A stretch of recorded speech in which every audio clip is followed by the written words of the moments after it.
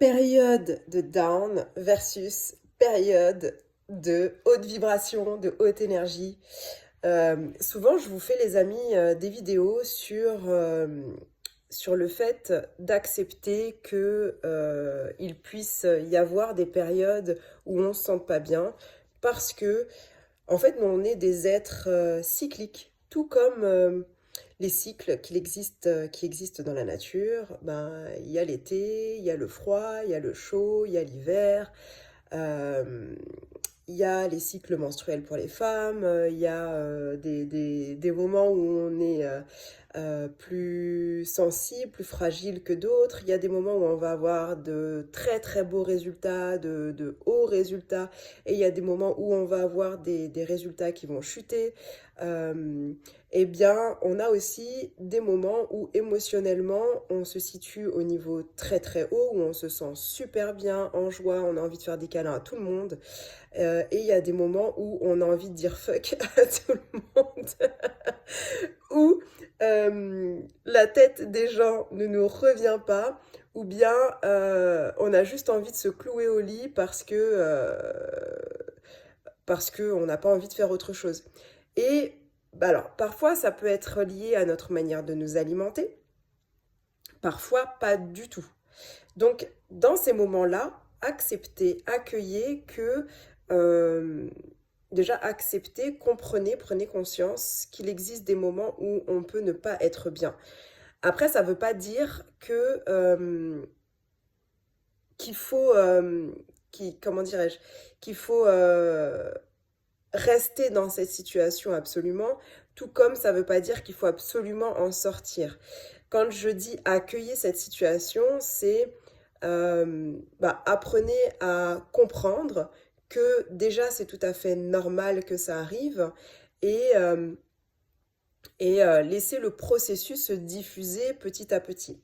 Parfois, alors peut-être que vous le savez, peut-être que vous ne le savez pas, on est influencé par les énergies de la Terre. Donc, parfois, il va y avoir de très très fortes énergies sur Terre qui vont nous bousculer. Certaines personnes vont bien les prendre, d'autres vont moins bien les assimiler. En soi, c'est pas bien grave. Dites-vous que c'est juste des signaux pour vous dire qu'il se passe quelque chose. Il n'y a pas forcément besoin de se torturer l'esprit en allant chercher qu'est-ce qui se passe, parce que là, pour le coup, on alimente le mental, on alimente euh, une part d'ego aussi, qui a tout simplement envie de savoir euh, pour savoir. Euh, En fait, juste prendre conscience que il existe des périodes comme ça, cycliques, où on peut ne pas forcément bien se sentir. Oui, il se passe forcément quelque chose. Les choses n'arrivent pas par hasard. Maintenant, il n'y a pas forcément nécessité à se torturer l'esprit pour aller comprendre ce qui se passe. Mais bon, si toi qui me regardes, tu as envie d'aller chercher les infos, d'aller comprendre pourquoi il se passe ça, eh ben fais-le. Fais-le. Et puis, ce que je peux te conseiller, c'est regarde comment tu te sens en allant chercher. Parce que moi, je me suis rendu compte que parfois, en allant chercher des choses, eh bien, énergétiquement, je me sentais encore plus mal. Parce que, ok, il y a la curiosité du moment, et parfois, on ne comprend pas toutes les informations qu'on reçoit.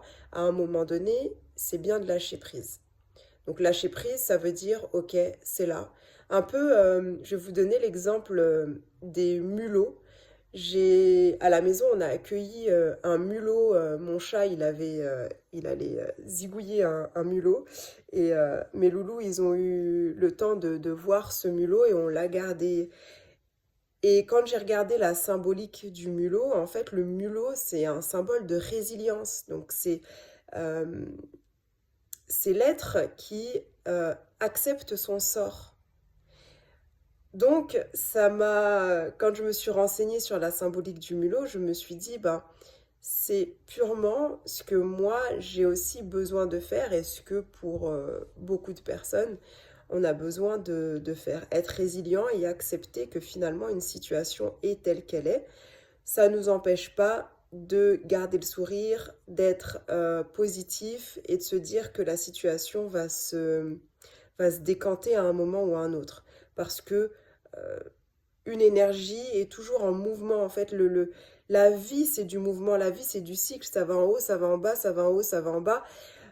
L'idée pour moi, personnellement, c'est pas juste rester sur une ligne droite et puis monter, descendre, monter, descendre.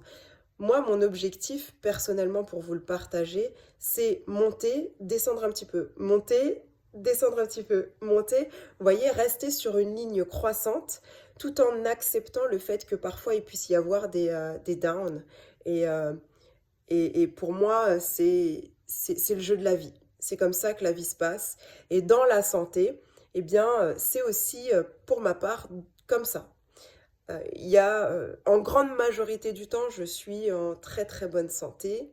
Là, en début de période de printemps, enfin même en milieu, jusqu'à là, ça commence à partir. Je me soigne naturellement. Bah, j'ai eu l'allergie au pollen. Et bah, tous les soirs, déjà, j'ai des petits rituels où je me masse les pieds avec des huiles bien spécifiques. Ça me fait du bien. Le soir, j'arrive à dormir. Dans la journée, parfois, j'ai des crises. Je sais que c'est que par rapport à ce que je consomme, à ce que je mange, eh bien, des fois, ça va être pire. Des fois, il va rien avoir. Là, regardez, je parle super bien, je respire très très bien, tout va bien. En plus, je viens tout juste de faire une séance de méditation qui m'a juste... Je pensais, quand j'ai fait cette séance de méditation, je pensais que j'allais m'endormir parce que je commençais à avoir un coup de barre. Comme je suis en période de formation, ben, le fait de rester devant l'ordi, ça peut fatiguer un petit peu. Donc je me suis dit, je vais faire ma petite séance de méditation et puis quitte à ce que je m'endorme, ben, je vais faire une micro-sieste. Au final, j'ai fait ma méditation et là, je suis en forme. Je suis en forme.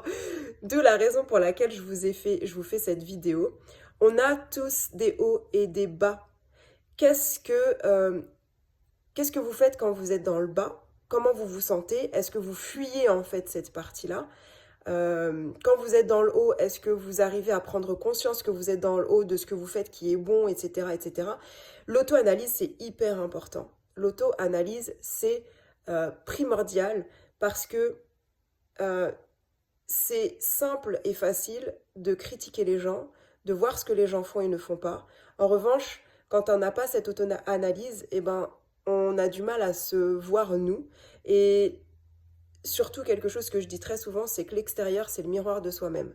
Ben déjà, si on ne se connaît pas soi, qu'on pense se connaître, mais qu'au final, on a des difficultés à faire des auto-analyses sur tout ce qu'on fait, qu'on consomme, nos énergies, etc., bah, franchement, on ne peut pas se rendre compte que l'extérieur, c'est notre propre miroir parce qu'on ne se connaît pas, finalement. Beaucoup de personnes vont se dire, ah ben si, mais moi je me connais. Eh ben, détrompez-vous. Il y a une grande majorité de personnes qui ne se connaissent pas. D'ailleurs, il y a une grande majorité de personnes qui n'osent pas prendre soin d'elles, investir sur leur développement personnel, aussi bien des finances que du temps, que de l'énergie. Et ça, c'est hyper important, les amis. Moi, ça fait plus de 10 ans que je travaille sur moi. Au départ, ma famille pensait que j'étais dans une secte en me disant, enfin, en voyant vraiment le changement radical. Et, euh, et donc voilà, osez être qui vous avez envie d'être. Et puis, quand vous allez pas bien, ben, osez dire merde à un moment donné. Ou osez dire aux gens, ben, là, franchement, je peux pas continuer, je suis fatiguée, je vais aller me reposer. Euh, Même dans votre business, même dans votre business pour les personnes qui ont des entreprises, soyez OK avec ça. Euh, oui, on va vous demander très souvent, très régulièrement, d'être au top. Mais les amis, on est des êtres humains. On est des êtres humains. Euh, Même quand on a beau faire en sorte que le corps physique soit à fond, que le mental soit à fond, quand on a mal quelque part, eh ben, on peut se confronter à ce mal, mais pas jusqu'à en faire un burn-out ou pas jusqu'à en faire une luxation du coccyx ou du dos ou du genou ou de je sais pas quoi. Enfin, respectez votre physiologie, les amis. Et Lâchez prise, accueillez, soyez résilient. Soyez résilient, ça c'est hyper important. Et dans ce que je vous dis, je suis congruente. C'est que ça signifie que ce que je dis, je le fais. Même si parfois je n'arrive pas à faire les choses dans le délai qui m'est imparti ou dans le délai que je me suis fixé, il y a toujours un moment où j'arrive à mes fins. Et je vous conseille vraiment déjà d'apprendre à vous connaître et de faire en sorte que les gens voient qui vous êtes et comprennent qui vous êtes pour,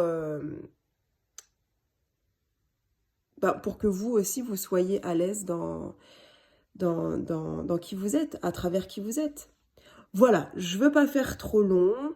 Je vous fais des gros bisous et je vous souhaite bien du courage.